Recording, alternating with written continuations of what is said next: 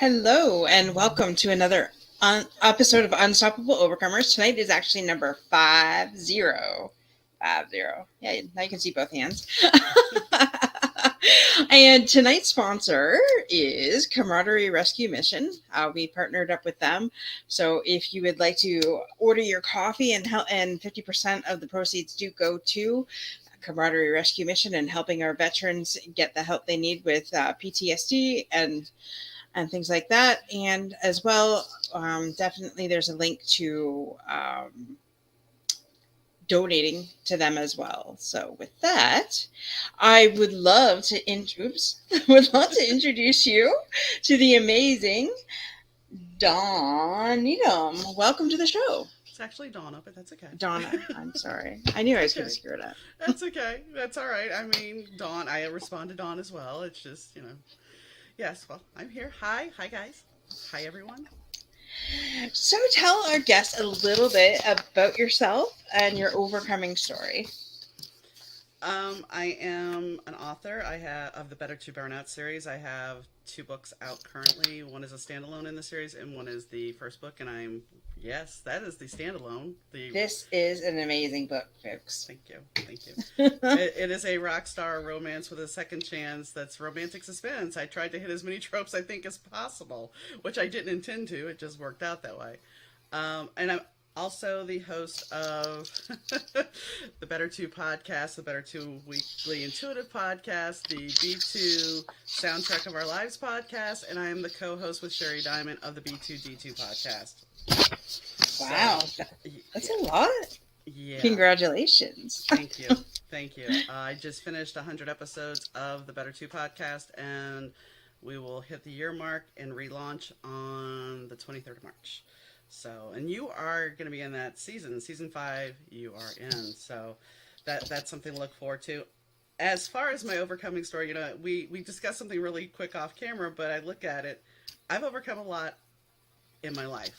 I was a kid of divorce when I was, before divorce was, very common. So that was something to overcome growing up. And there was just other little things. And as I think we've overcome and moved past everything, in the last 2 years, I've discovered that I had to relearn who I was because I had to overcome being a caregiver and learning who I was again. Because I was taking care of my husband, who, while he looked very normal to the outside world, he had a lot of health complications. So for me, my job became taking care of him. And that sometimes means not taking care of yourself. So I had to overcome, I guess, not knowing who I was totally again by myself and dealing with grief. That is so important. It just takes me back. Like, my mom's learning that right now because today is the 6-month anniversary of my dad's death, and we were caregiver for him for a long time. I mean, before he had cancer, there were several other different health issues. So, what are some of the things that helped you get through those and finding who you were again? The interesting thing, and I think most people that go through grief understand that, and I had a friend actually ask me about this. When my husband died, I would sit there and go, okay, it's 1 month. And then it was 6 months. And then you hit that year mark. And one of my friends asked me, she's like, why are you counting? It's like, because I made it this far. I made it here. And it's like, after you hit that year, you still recognize those major milestones. But you're not as focused on, okay, it's been 6 months. Because the thing about it is, and I don't think most people realize unless you've really experienced, losing a parent, losing a spouse, a child, something that is major. Losing a friend, yes, that's major, but it's not the same caliber. When you have somebody that's with you all the time, there's a different emotional attachment to it. So you find yourself trying to, can I get out of bed today? Am I going to be able to do this? And for me, when he passed, because he loved to cook and everything, and yes, I like to eat, one of the things I had to do, because this goes back to overcoming, my mom, when she went through the divorce, she was very proud to overeat. She was proud to eat a custard pie a day. I mean, she would gladly tell you, "Oh, I ate a custard pie a day," and that's a lot of sugar and calories. And then, or she would have eclairs or cream puffs, sometimes all together. And this was her coping mechanism. So when I learned how to deal with stress, it was, oh, give me a pint of chubby hubby. I used to joke, and my husband's like, "Well, you have a chubby hubby." I'm like, but and he would sit there and go, "You know how much fat and sugar and everything's in there, but you don't think about it. You're just looking for the comfort." So when he passed, it was like, okay, you can choose to eat your grief and stay there, or you can choose to move forward. So for me, I chose to move forward. I joined a certain weight loss program for a while, and then I realized that I had to make lifestyle changes, that I couldn't continue with just this program because I did the program before and gained weight back. So, how do I deal with the grief is I try to, for me, I'm a writer, so I am able to write. And, a couple of books ahead, there's a woman who loses her husband. So before my husband died, I started writing that. And I think I was already dealing with the grief because I already knew he was on borrowed time.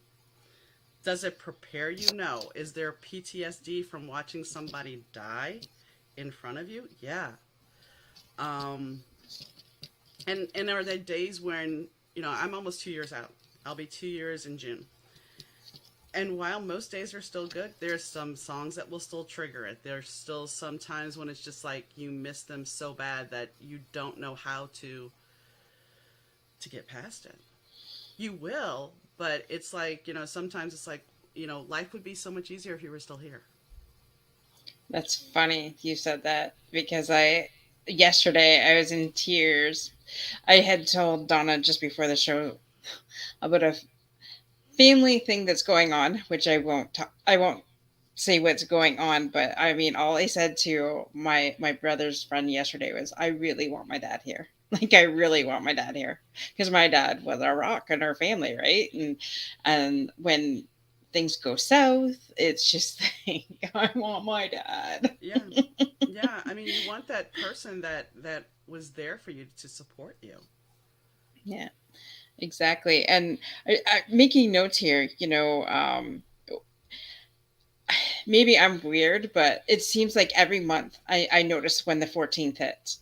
And some 14th are better than others. Today, I was, the last 14th, I took it off work just to see if it would be better for me. And it was okay. And today I had something else to focus on.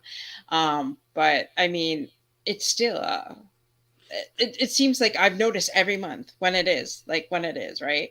And I'm sure maybe like it doesn't even seem real that it's been 6 months, but and to your point, you said 2 years, and I think it's something that we'll always notice because my husband's father's been gone for I think 5 or 6 years, and he around that day, like I know November 7th or no, November 2nd, you leave my husband alone, and but that's just It's true. My mom's been dead for 30 years, and I still know that November 10th, that's that day. I recognize the birthday and I recognize her death day. And it's like, it's not something that you consciously sit there and go, okay, I'm focused on it. It just, it resonates with you. And I think that happens for any kind of date in our life. I mean, I look back at my first wedding anniversary, even though that's long gone. But like when it hit this year, I'm like, oh wow. So next year we would have been married 30 years. And it's not that it's a sad or a happy thing. It's just one of those things like it's a milestone in your life. And I think that happens a lot when we look at death because that person was in our life for so long. And like with my mom, when I hit 42, because she died at 41, when I hit 42, I was like, wow, okay, I've outlived her. And it's that milestone of how long have you, and that's why the counting, I think, how yeah, long have you lived your life without that person? yeah, Which is weird because in some cases, unless it's parents, we lived a life before them. yeah. But they become such a big part that, you know. I think with me, it's like growing up, my parents were like ill all the time, so it's always like I've always been a caregiver of some sort. It feels like my entire life, right? And then, and it's true. I haven't done this since he died, but every day when I wake up, I would check my phone to see if there was a text message that if he was in the hospital or whatever. Even though my mom was equally sick sometimes, since my dad's been gone, I don't do that anymore. And but that was my first instant reaction, was to look at my phone. And actually it's my dad's birthday this Sunday. And so I think that's another reason why I'm like on edge. Yeah. Not on edge, but just like I can feel The that emotions. emotion, right? And I decided, this shouldn't go unnoticed. I mean, he's still our dad. He's still, so I called up my mom and I said weeks ago, I said, I think we should still celebrate it. And she's like, well, do you want to celebrate it by yourself? You want to celebrate it together? I said, no, all the family get together. Let's throw a big party. So that's what we're doing. Good. And, that's what he would want. And we're making his favorites. And, it's just, it's going to be wild. It's going to be sad, but it's going to be good, and just keep on celebrating. Celebrate every. Uh, I feel now, because life is too damn short, that I celebrate everything. That's smart. The one thing I regret, and I could do it, but my husband wanted a really big blowout. He wanted an Irish wake, which was just a party with his friends, and he died during the middle of COVID. And so last year around his birthday, I was going to do it. I was going to go ahead and do it, but as I started making the invite and stuff, it started getting to me. It gutted me, and I'm like, I can't do this. And I apologize to his friends for not being able to do it. I apologize to him for not being able to do it. But normally in a situation when we deal with grief, when we deal with death, we deal with it right then and there, and we don't have to go back and revisit it. And stepping back into that energy of having people come over to me and say, I'm sorry for your loss, it's reliving it all over again. And I still have his ashes, and when I get settled in my new place, I do plan on planting a tree with him. And I know one thing he always wanted, which I will do, is he wanted to have a gemstone made out of him. So eventually, one day, I will do that. But it's a really weird thing, because not only are you dealing with grief, and I'm sure your mom's going through some of this too, it starts making you look at your own mortality Mm-hmm. and what matters, because it's like I ran across his high school diploma. We don't have children. He doesn't have any children. So where does this go? What do you do with this? And we don't think about those things because that's all part of our history. But at a certain point, I mean, I have a picture of him and his first fiance. What what do I do with these things? It's like I don't want to disrespect his memory, but then again, it's not part of my history, it's part of his history. So Right. where does this go? And I mean, we spent 16 years together and we had a life, but it's a weird thing to find yourself, a weird position to find yourself in. It really is. That that's funny you said that, because we were going through his stuff and my mom's like, well, do you guys want this? Do you guys want this? Her biggest thing is she didn't want her as kids, not to have what we wanted after he was gone. And I'm like, Mom, you've been with him for 50 years. Like, he's your husband first before he's our dad, So anything that you want, keep. And then whatever you don't want, if we want it, fine. If not, we'll give it away. And that's what we did for the most part. And a lot of the homeless are wearing his clothes here in Windsor, Ontario. Hey, they went to a good cause, and I'm sure he'd be happy about that. Exactly. And his hometown's Windsor. So that's exactly, my mom said, I'm glad it went back to the streets where he was originally from. But I find that it's funny you talked about mortality, because I have a stepson. I have a 10-year-old stepson, but he's not going to want anything of mine. Like, he wants his mom and his dad stuff, which is totally fine with me. But now that we had decided that there's no way we're having children, we're too old for that stuff now, and I've got so many goals. There's just no way. I want to travel the country and do things and sort of see. but I look at the stuff, like I have photo albums upon photo albums. My husband doesn't even know a third of the people in these. So what am I going to do with them? You know, I was going to give them to my nephews, but now one's in Illinois, and I don't know what they, maybe, maybe my brother's wedding, I'll give those to his son that's here in Canada. I don't know. I have no idea. It's a very weird thing. When my grandmother, just when she passed away, my I was up here and my cousins are all in Louisiana, and my dad didn't want any family pictures, but neither did my half sister. So it was like the pictures that related to my part of the family went to me because they didn't want it. And then my dad told people that he didn't have any family pictures. He was telling my stepmom that he didn't have any family pictures, and I'm like, I have them. Here you go. Here, I'll scan them for you. So it's weird when it comes to pictures, and just I think everything, when you stop and look, and the other caveat I always talk about, because I didn't do this when my mom died. I was 22 when my mom died. I didn't look at her medical history. When you're younger, you really should do that. But Yes. when you're that age, you're not thinking about that. You're like, oh, whatever. I mean, maybe now with all the DNA testing, we do think more about that. But in the early '90s, we certainly weren't thinking about it. No. Well, it's funny because I've done a lot of different energy healing works, and my girlfriend's like, okay, so what happened when you were 3 years old? Because something happened to trigger something, right? I'm like, I don't know. How the hell would I know what happened when I was 3? So I have these conversations with my mom, and my mom knows.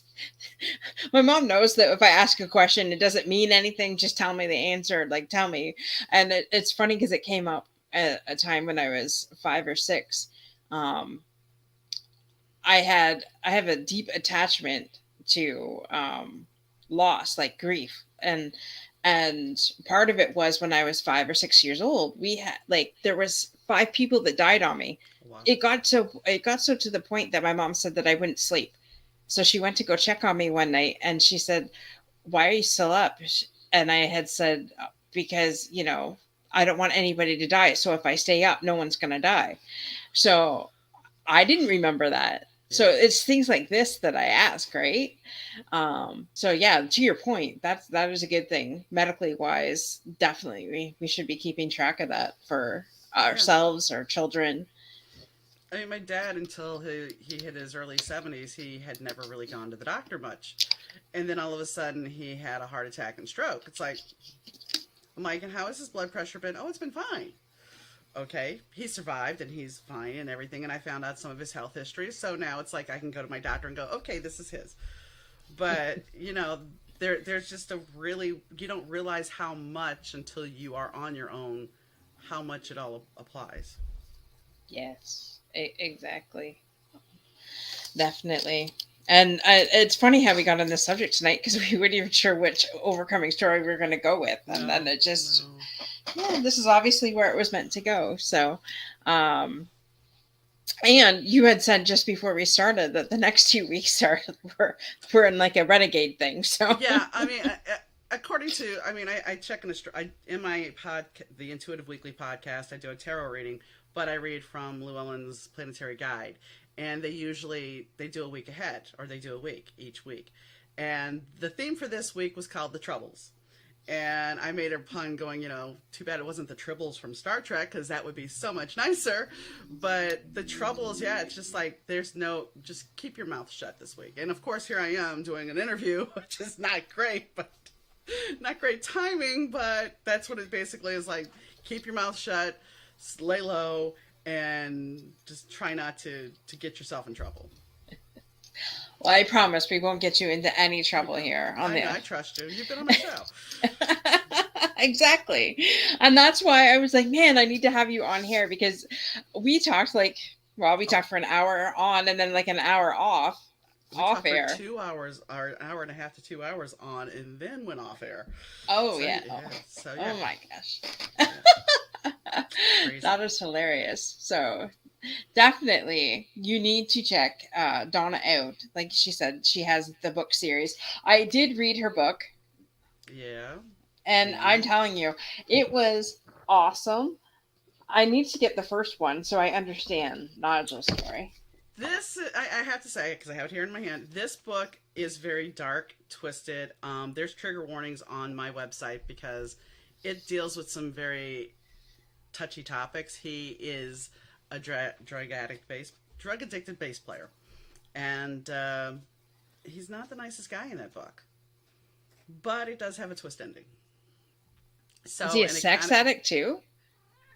well, of course. I mean, the Well, captain's that's what the I thought answer. because going reading this book, I'm like, there's just no way in hell he's not a sex addict. Well, I mean, here's the thing though. Nigel wasn't that bad in that book. No. No, he was very nice. This book, he is a drugged out rock star. What would you expect from a drugged out rock star who's on his way down? His career is in the crapper. What would you expect? Well, that's true. You know, sex, drugs, and rock and roll. That's what it was back then. Yep, and that's basically his story in this. Now, this book kicks off, and that's Chloe, my cat. Um, this book kicks off the other books in the series, and you'll find out more about Mason and why, if that's from Love is Worth Waiting For, Mason is in there. He's one of the main characters. But you'll find out more about him and why he became the way he did in the next book. So, I it's like can't wait to get my hands on this series. I'm going backwards. Well, I have to finish writing it. Although you could try to download it because, according to some pirate sites, it's already been written. No way. Oh yeah, yeah. About 2 years ago, I had posted something on Goodreads that the book was going to be available, and I had put a mocked up cover, and I went and they had taken somebody's review from one of my other books and put it up there, and they said you could download it. And I told my husband, I'm like, that's funny. I haven't even finished writing it yet. He's like, I guess you've arrived. All that is Wow. basically a phishing scam to get your credit card information. That's why people are like, "Oh, I got the book for free." If you want the book for free, come talk to me and we can work something out. If you want an ebook, but it's like, folks, don't go on these sites thinking I'm going to get a free book because you may get something more than you bargained for. Exactly. Don't look for the flashy free sign because it's really not worth No, it. no, no. Wow. But it like that book that Love Love is is Worth Waiting For is definitely an amazing book. I sat there and read it pretty much in like a day and a half, nonstop on a weekend. And I don't get to do that too often. So when I find a good book, I just like, oh, my husband will go to bed and I'll stay up and read. that as an author makes me feel really good to know that somebody when somebody tells me that they picked up my book and they read it straight through, that really makes me feel good. So thank you. You're welcome. You definitely have to get it. You get some ideas if you need some ideas too. I have, I have another friend who read it and she's like, I didn't realize you were so nasty. I'm like, excuse me? Is this based on true life experience, No. Donna? And if it is, I'm not telling you anyway. Right, because we're not supposed to say anything this week. And I will say this. This is much worse than that. Well, then I definitely have to read it. But there is some, I mean, I'm going to be honest. There's an attempted rape in there. So that is not the most PC book. So if that's something that is going to trigger somebody, Right. do not. And I'm writing this series. I'm trying to write the series where you can still read the rest of the series even if you don't read this book. Which I know seems really weird, but it's because of the twist ending. I was That going to say, I think you overthink it a bit. Oh, I do. I overthink all the time. Why do you think I'm a writer? I get it. It's funny. I haven't written on my blog in about a month. I'm like, I need to start doing that, but I've been working on different other projects. Well, that's another thing in my newsletter when I was doing the newsletter and the blog, and because my book was supposed to be out last year, two characters from the series have their own stories in blog form. That has been coming out in the newsletter, which I haven't done a newsletter in a couple of months. But their little side stories kind of teeing up the book. I've been doing that, so Yeah. Cool. So it's Interesting. multifaceted, and hopefully, when all's said and done, there's going to be about 7 books. So when can we expect the next one out? Inquiring minds want to know, my friend. Well, the next one is a story between Ava and Russell, who you know from Worth, and it's their story about kind of how they get together but don't get together. And then there's following that is Nigel's version of events for that whole thing. And then unfortunately, I have to take a break because my partner in crime for the B2D2 podcast, I'm supposed to help her with a cookbook and 2 other books, and then I still have the next part of the series to write. So, all while trying to get in the process of possibly selling my house and moving. So, So you did decide to do that then. it's going to be forced upon me, I believe, but Mhm. it's one of those things where I'm still kicking and screaming because going back to the grief thing, it's like I know the hardest moment, at least in my mind, will be when I close that door for the last time and lock it because Yeah. that's closing off that life. So, Right. yeah.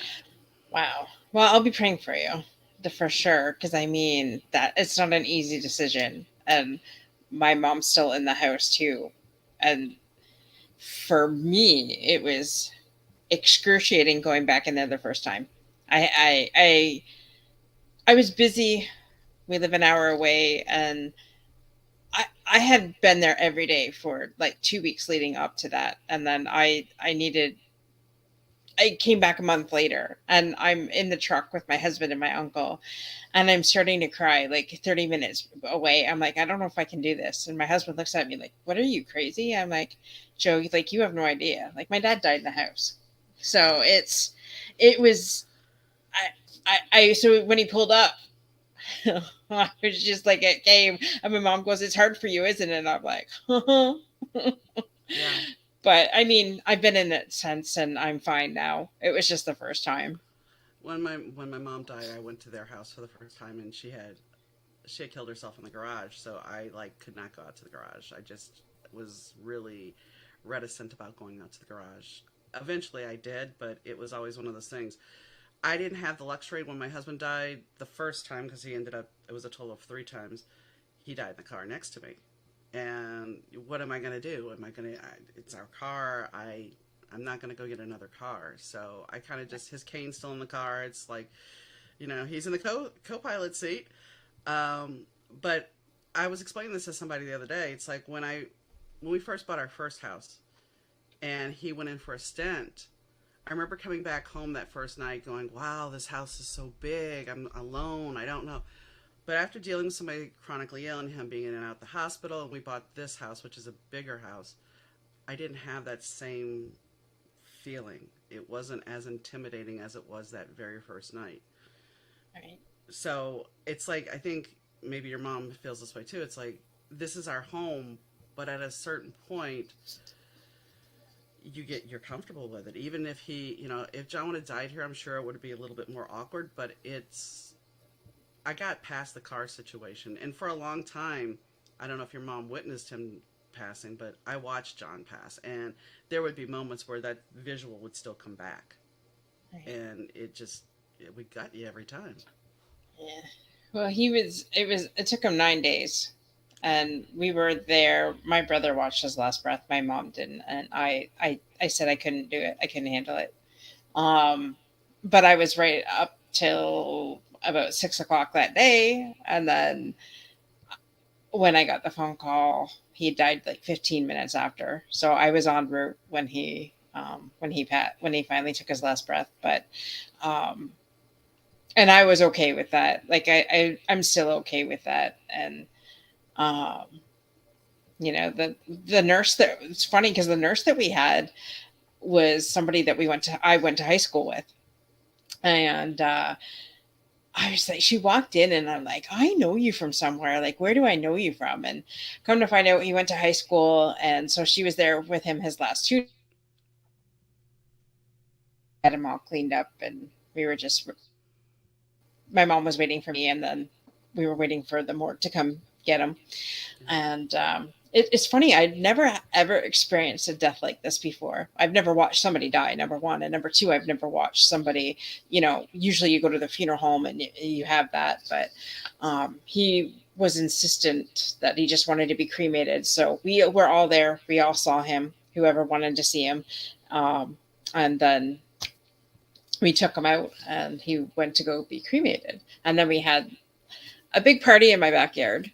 Uh, and when you said, you couldn't wait, and I told my mom, like, well, COVID restrictions Yeah. and things like that. And some of us were vaccinated, some of us weren't, so we couldn't have it inside.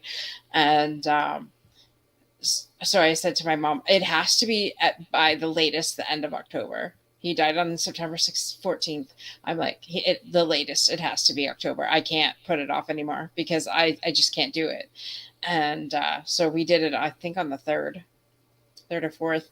And you're right. It was hard. Like, if I would have kept it, my mom said, "Oh, we'll do it in the spring." Hell, no. Mm-mm. Mm-mm. I I Go ahead. No, I was just gonna say, there's no way I could have done it. That's ended up why I couldn't do it. I did recently revisit my journey through the grief because I wanted to start the one of my podcasts, which was the B2 Soundtrack podcast, which is all about music that has either inspired us, motivated us, or whatever. And there was a song when I took, because okay, so John died 3 times, like I said. The final time I had to take him off life support, and the day I took him off life support, I went down to I left the hospital because his philosophy was, you can't do anything for me anyway, so don't stay at the hospital all the time.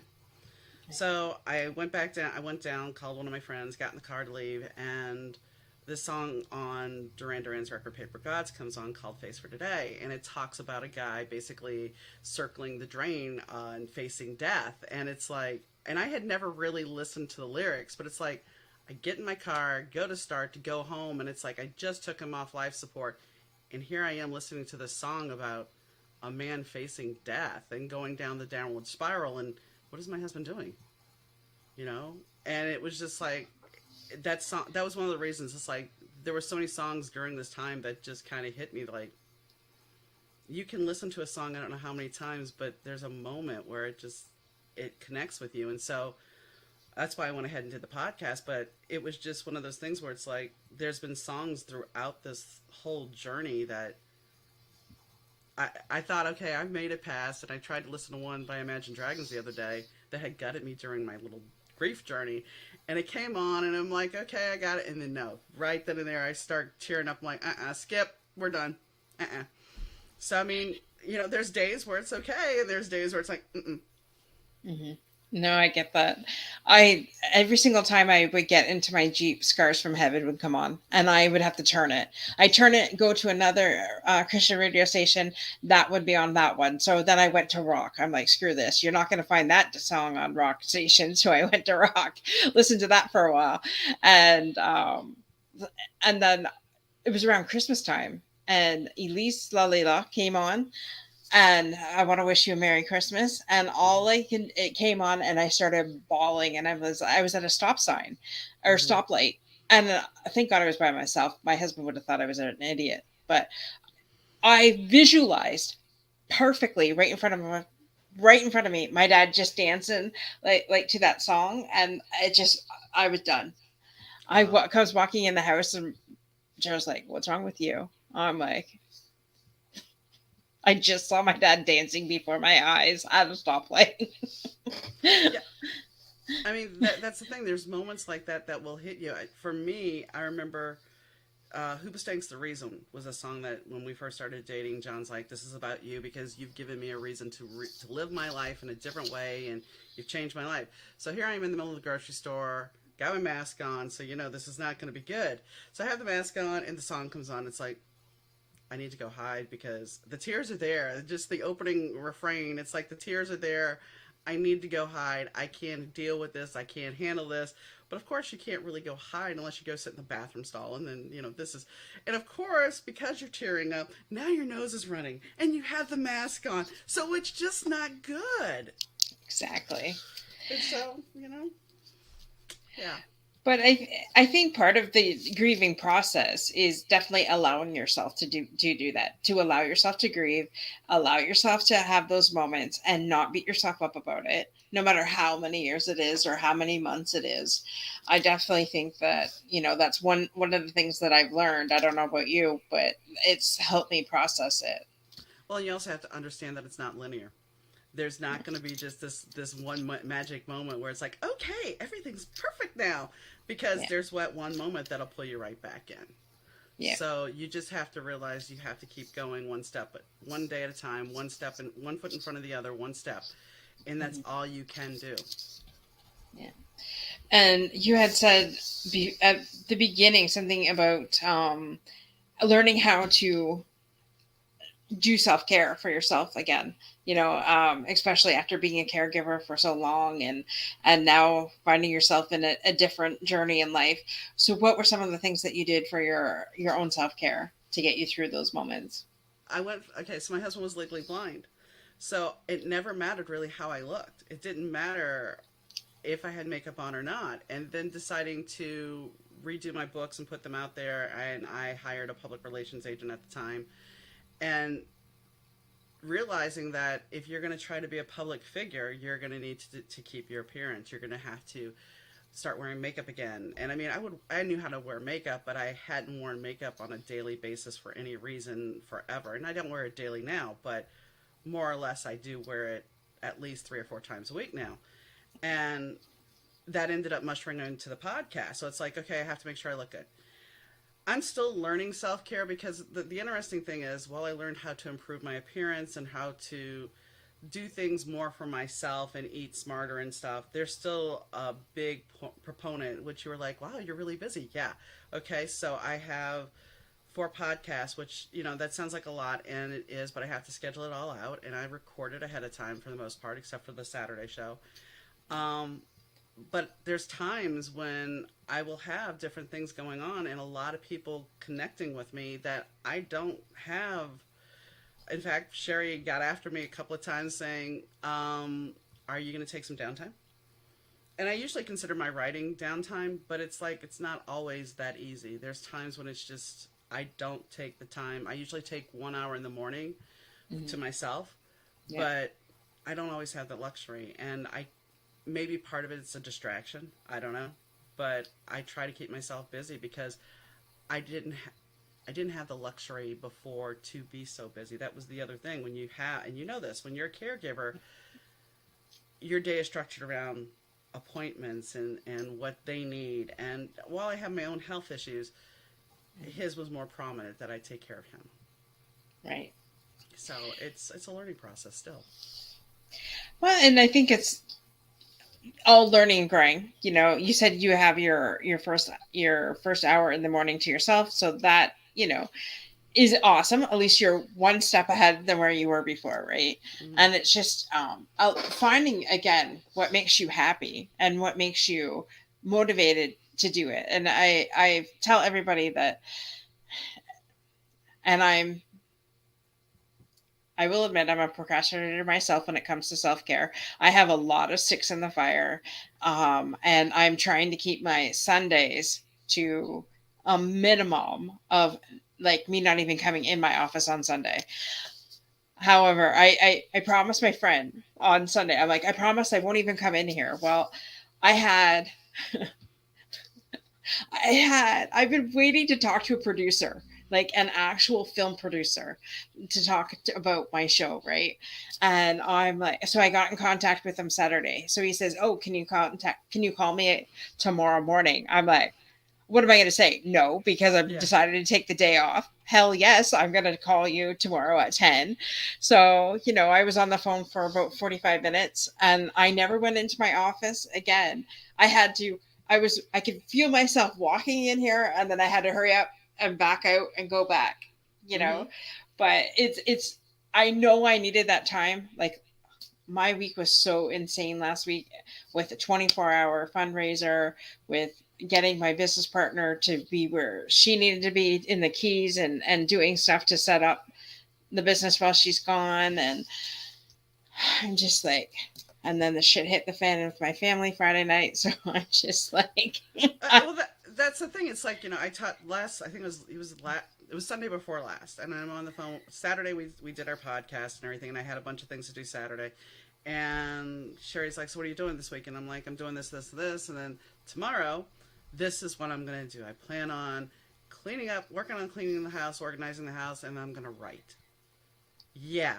I had phone call from a friend, which I needed. A phone call from my editor. A phone call from my sound editor, producer slash. Then I had another phone call from Sherry to go over some stuff, and I didn't get to write. And it's not a fault to anybody if they're listening. I'm glad to talk to all of you guys.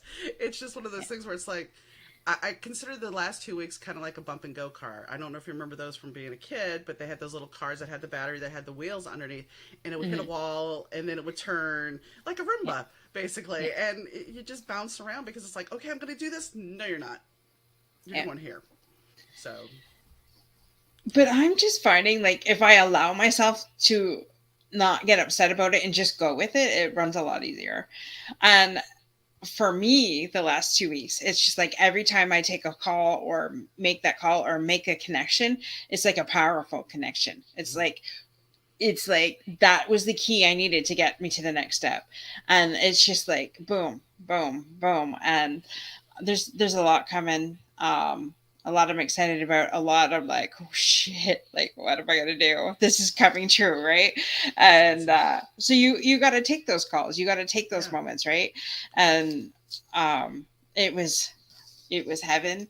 My husband had said, "Hey, can I take Brady to a London Knights game, which is an hour and a half away from us overnight?" I'm like, yeah, sure. So I had the house to myself on Friday night for the first time in 5 years. Wow. And it was great. I'm like, what am I going to do? Well, didn't I end up working till 9 o'clock at night? And then not even eating till 9 o'clock. And then I'm like, okay, I finally get the TV to myself. So I have to, not, I was going to say read a movie, watch a movie. Mm-hmm. So, something that he doesn't care for. So I did that. I didn't end up getting my butt into bed. I fell asleep in my chair. I ended up getting to bed till 12:30. And then wouldn't you know it, I had to be up freaking early for my Saturday morning calls. And they're like, why don't you just go back to bed? I said, nope, because after this, I have a coaching call. And then after this, I have this. And, I promise I won't go in my office on Sunday. That's where the promise came in. And then I spent all day on the phone with my nephew. I mean, that's the thing. It's like, for me, when I taught that last Sunday I described. So when I talked to Sherry, she's out in LA, and she's like, so I would say at 6 o'clock, just say you're done. I'm like, no, I got to go write. Well, no, I didn't have to write. I ended up editing and doing this and this and this. And I ended up in bed at midnight. And it was like, okay, and on to the next day. And it's like, that's usually what happens. And it's like, I try to take care of myself, but it doesn't always work. And then, of course, if you wake up in the middle of the night, I'm sure you're pretty much like this too. You wake up in the middle of the night and there's an idea in your head. Well, there goes another hour or two just laying in bed because I have my mind going and I can't stop. Yes. Yes. Well, I'm up at 4 o'clock every morning, so I get it. I'm up. I have a morning routine. I do a little bit of work after I get my workout, my meditation in. Then I go back into the bedroom, lay down for a little bit. So I get it though. Like, but I know at a certain point, like 5 o'clock on a Saturday, forget it. And Friday nights, I don't work because that's my time with my husband. Like, I don't even remember the last time I had an appointment on a Friday night. No, there's certain things. It's like, because for me, I'm juggling, and then I also occasionally do personal readings for people. So that's a whole nother. If that comes up, I got to have that put in there. So it's like juggling so many different things at one time. It's like you have to, and I think that's all of us now. We all have to find a way to manage ourselves and unplug, because that's kind of key. If we don't unplug, then what happens, Welcome, Alexandria. So nice of you to join us from Ohio. Yes, you're right. And And sometimes I think we feel guilty about that how long we unplug. But as long as you feel refreshed, I think we should just give ourselves grace. Gives ourselves grace either way. Okay, so I don't know. Have you ever listened to? Okay, I'm in audibles right now for learning, and these kind of books for a regular book. That's how my system's going right now, anyways. Okay. So I was listening to The Gap and the Gain by Dan Sullivan Okay. today, and the last chapter was all about, at the end of the night, write your 3 wins down for the day, and then after that, write 3 things you're going to do to set yourself up for tomorrow. That's Do smart. that before you go to bed, because we're not supposed to be watching any kind of TV or have our phone preferably an hour before bed. I'm like, seriously, that's not me. But I'm gonna try. I'm gonna try at least a half hour. I tend to read, or oh, I hate to say this, I tend to play Candy Crush, and my husband, you could never understand. He'd go to sleep, he could fall asleep with a drop of the hat, and he's looking at me, he's like, "Why are you doing that?" I'm like, "Because it's so mundane for me, even though my mind is trying to figure things out. It's Yeah. mundane enough for me to shut my mind down to make me tired." Right. And nobody, I mean, people look at me like I'm crazy because I say that, but that's how it calms my mind down to a focal point. So I'm not sitting there going, okay, so what should Nigel be doing? Okay, so what do I have to do tomorrow? I mean, I need that just nonsense to shut my mind down. Right. I, and I agree. It's whatever works for you. You Hmm. know, Candy Crush for you. Sometimes I don't know. The other last week I was falling asleep at my desk and I just went to bed, and that's just the way it was. But it was last I don't have too many weeks like I had last week. It seems like 1 week a month where it's just like insane. My husband even had to cook last week a night, so I said this week it's a lot better. Yeah, yeah. Um, I just thought of something because we were talking about grief and you were talking about we were talking about overcoming. The one thing I will say is it took me a long time to overcome my mother's suicide because that was a bigger death to deal with than, and it's a different kind of death. Yeah. So you have to overcome a lot of other obstacles when you're dealing with somebody that has committed suicide. So if you have experience, or if you know, if you suddenly are faced with that, know that it's a different form of grief because there's also a rejection factor in there. Yes, I went through that with my uncle because my Yes. uncle took his life Christmas Day 24 years ago. Oh. Yeah, we didn't find him till March, but he disappeared, and we didn't Wow. find the body till March.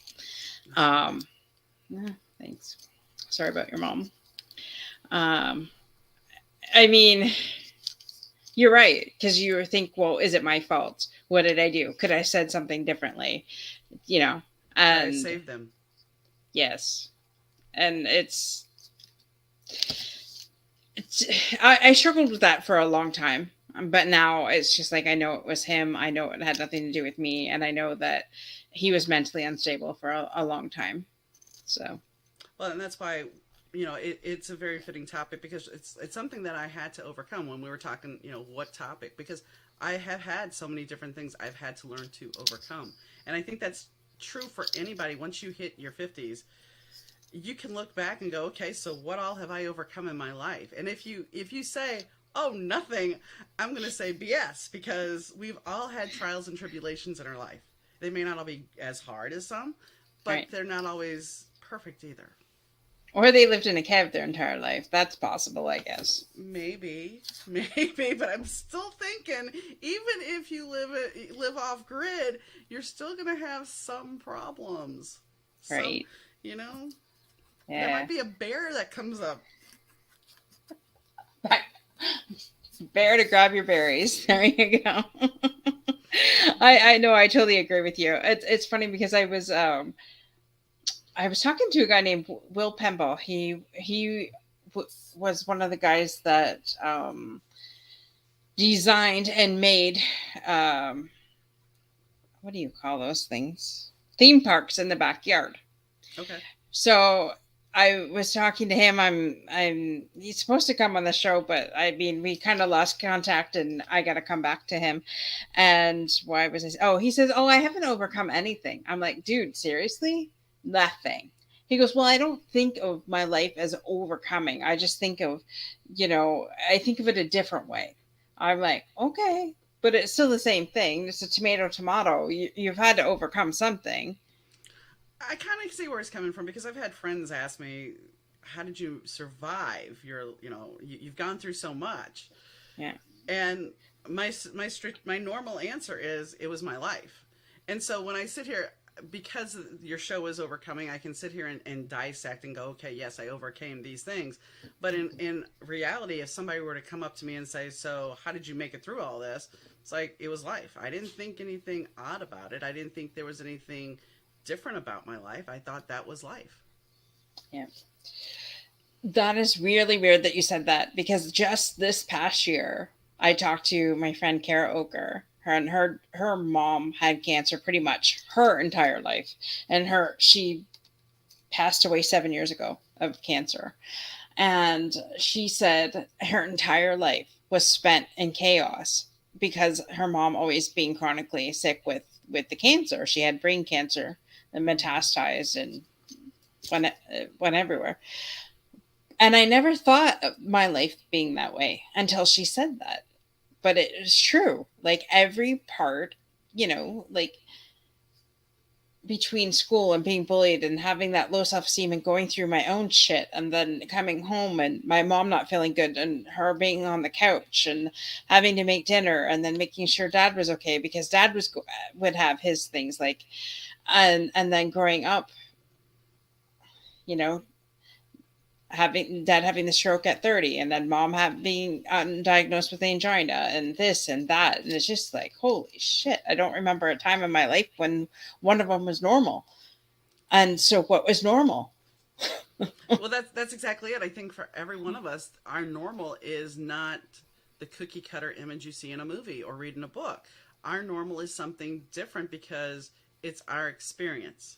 Right. And, for some people, their lives aren't as hard. But, like the friend who asked me this, she had an arranged marriage. I wouldn't understand that to begin with. I mean, somebody arranged your marriage. How is that possible in this day and age? But it still happens. Wow. And it's like, when I have talked to some guests, there's a woman that I talked to who has a charity in South Africa where girls are still being sold because their parents need money. And you're like, this is, and when I look at something like that, it's like, well, my life was a freaking cakewalk compared to that. Yep. It's all a matter of degree of what your life experience is versus the person that's talking to you. And I think Right. that's where we learn from, because my stories are different than yours, but we still have some commonality, and we both understand what it's like to be a caregiver. That doesn't mean that, somebody that's listening understands, but then they get insight, because this is one thing I will always say. Like, my stepfather wasn't the best stepfather. He was okay, but he had his moments where he wasn't. But that taught me how to be a better step parent. And if Yeah. you can look at your life about those experiences of being a caregiver, you learned what you need to do for other people. And I think that's the biggest thing that we can take away, is that life is cyclic, and one lesson you may have learned when you were younger may end up coming into play when you're older, and you may not even realize it. That is so true, because my husband is a combination of my mother, my father, and my brother, and my grandfather, and his family. But like, if I look at it, I was like, oh my god, my husband's diabetic. My parents were diabetic. So he'll say something, and I said, well, you need to do this. Well, then he gets mad at me. Well, you're not a doctor. No, I'm not a doctor, but I've been through it. So trust me. So he'll go to the doctors, and he'll come home, and I said, so what did she say? He said, I felt like you were in the damn room with me. I said, so why don't you just listen to me then? Yeah. Yeah. But I don't have the MD after my name. So That's the thing. I mean, my husband would say, he would tell me something and I necessarily wouldn't listen. It wasn't medical related, but he would like say something about whatever. And then one of my friends would tell me, and I would come back and say, well, she said this. I've told you that too, but you didn't want to listen. It's like, Well, it's different, it's different. When Listen someone to your else is, spouses. yeah, yeah. I mean, he was diabetic too, and he's like, when we first got together, I'm like, are you gonna take your blood sugar? I don't need to. And he would go, it's 126. I'm like, yeah, right. And he'd pull his meter out and he'd take it, it'd be like 125. It's like, okay, how do you argue with that? You couldn't. But as his disease progressed and he had other issues, then that became, non-existent. He couldn't do that anymore. In fact, the last day he thought his sugar was going low and it was something else. So, Right. yeah. So, anyway. We should listen to each other. Listen to your body, but listen Well, to your spouse. the one thing I will say, he and I always went to the doctor together, and we would rat each other out. Or if he forgot something or I forgot something, we would tell the doctor. So I mean, it was a good way to communicate and to really know what's going on with your spouse. And I know some people are like, well, I don't want my spouse to know everything. It's better if your spouse knows instead of having it dropped on you. The one thing I will say, the last stint he had, they called and told me when I talked to the doctor, they called and told me, they're like, well, he's on borrowed time. Okay, so they tell me the whole thing. Meanwhile, when they go visit him, they tell him, oh, the procedure went fine, you're okay. They don't tell him. And when I went to pick him up from the hospital, I pulled the PA aside and I said, you guys need to tell him. I'm not telling him that he's on borrowed time. That is not my job. That is your job. Right. As a medical profession. Yeah. Absolutely, I agree. And it's funny because my parents and I had the same doctor up until he retired 5 years ago, or maybe 4 years ago. But my husband has never been to a doctor's appointment with me or me with him. And I wouldn't care, but he's like, no, you're not going. So I'm like, okay. I think it's, especially as we age, I think it's very good that our spouse goes, because they know they can get to the grit. Because let's be honest, we would sugarcoat something. I mean, put in that situation again, I'm sure we could sit here. I could have sat here and went to John and said, oh, well, everything's okay, sweetie. Instead, it was like, no, someone needs to tell him and then we'll deal. And I would tell his friends, I'm like, if you want to see him, we need to get together now, because we don't know how much time he's got, which is a whole nother issues of dealing with that. But that's a whole nother amount of stress. Yes. But yeah, it totally is. And then you get them in there and then it's the waiting game. Yeah, I totally get it. So now is we kind of do the deep dive, and now the last couple minutes of the show we do what's called the fundamentals. Normally I would have Kimberly on, but Kimberly is in the Keys right now on a nice sailboat helping with our sponsor, Camaraderie Rescue Mission. She's out there. But we would literally say we're doing sponsorships with somebody. We're hands on. Nice. And that's where she is this week. She's with them. So her part of the section, when we had you fill it out, and half the guests forget what they even put down. Which I did. So so we fun as in capital FUN dash duh, like DUH, and then capital M for mentals. So what are your three foundational things that are non-negotiable, but like with the fun in it, what are your three fundamentals? One of them is I have to find time to write, because if I don't find time to write, I do start getting antsy and agitated. So that is definitely a fundamental, because I have fun creating these characters and taking them on a journey. And if I don't, they will keep me up at night and they will wake me up with ideas. So it's a pressure release to do this. So it's fun. It's because you never know where they're going to take me. And yes, it's mental. And a lot mental as good and mental as in absolutely crazy, some of the places they take me. So yeah. Right. I love that. What else do I do? I play with my dog and my cat, and sometimes I